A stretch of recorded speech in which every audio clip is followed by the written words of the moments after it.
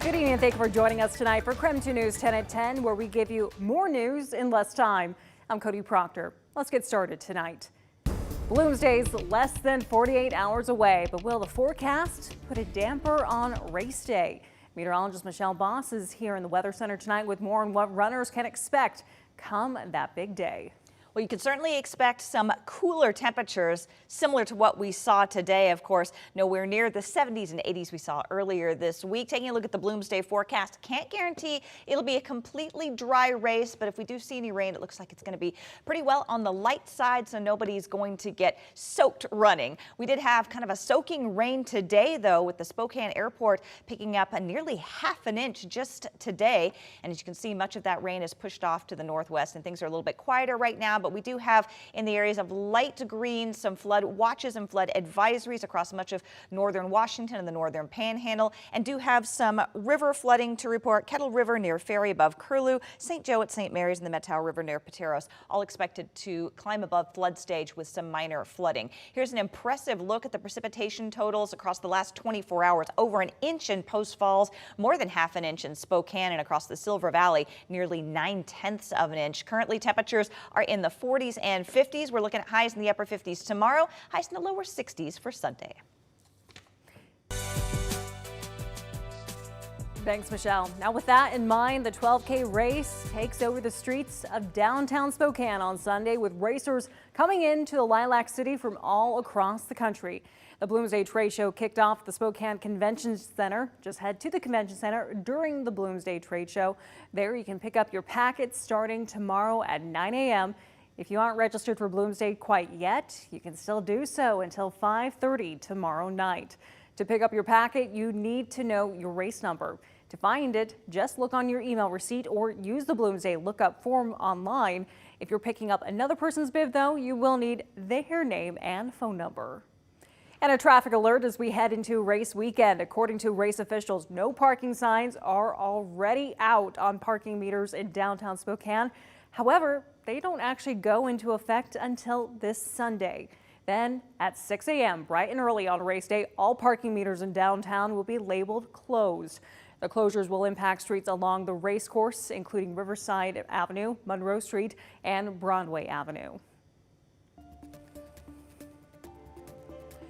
The man arrested in connection to the murder of a 29-year-old woman originally from Bremerton now faces a first-degree murder charge. Zion William Teasley appeared in court for the first time today. His appearance comes after Lauren Heike was found dead Saturday morning in the Arizona desert. Police say she was hiking alone when she was attacked from behind. Police say Teasley, the man in custody, was spotted on surveillance video running from the scene. Lauren was doing something all of us enjoy, taking a hike in the beautiful Phoenix trails in springtime, and her life was cut short by this inexplicable act of violence. It is a complete tragedy, and the city of Phoenix is grieving with the Heike family. Investigators linked the crime to the suspect through his DNA and says it's likely he's the person seen on the surveillance video. An update now on the deputy-involved shooting from 3 weeks ago that ended with the suspect in the hospital. 49-year-old Jeremy Bausch has been released from the hospital and booked into the Spokane County Jail. His bond set at $2 million. The shooting was the result of a standoff between Bausch and deputies back on April 13th. It stemmed from a domestic violence incident that involved his mother. He's now booked on felony charges. Going right now to Nightbeat for a quick look at your day's top stories. A South Hill woman shaken up after seeing a man she doesn't know take photos of her bedroom window.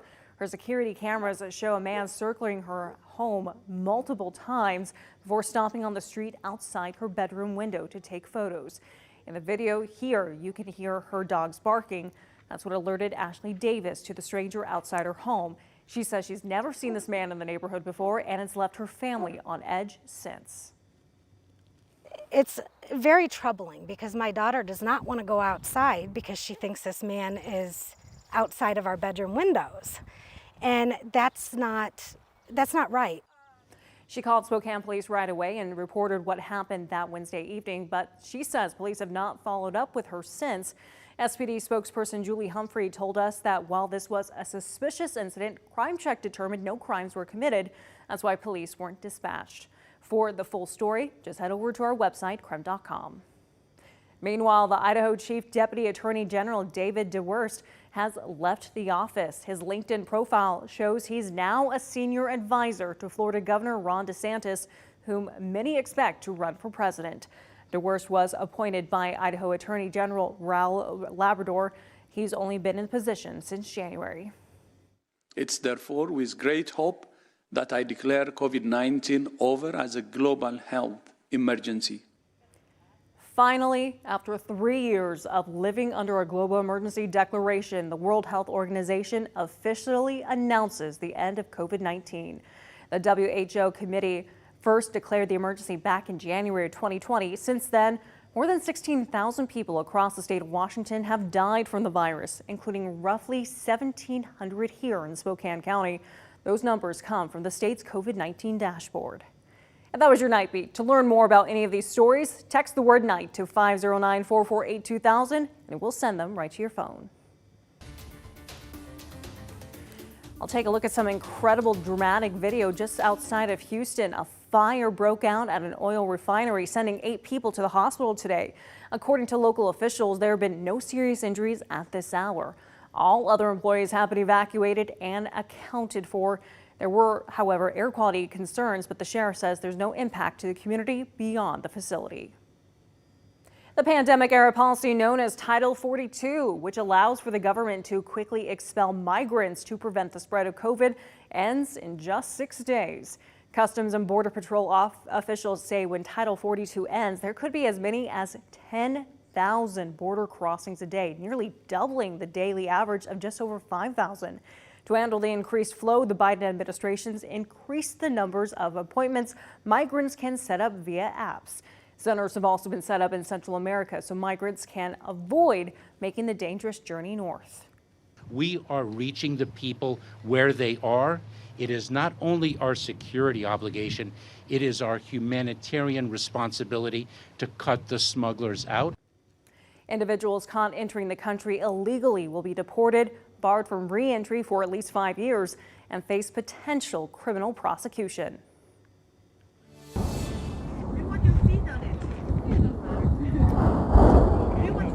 And more than 1,000 people forced to evacuate after a volcano erupted in Guatemala. You can see some of the incredible video right here.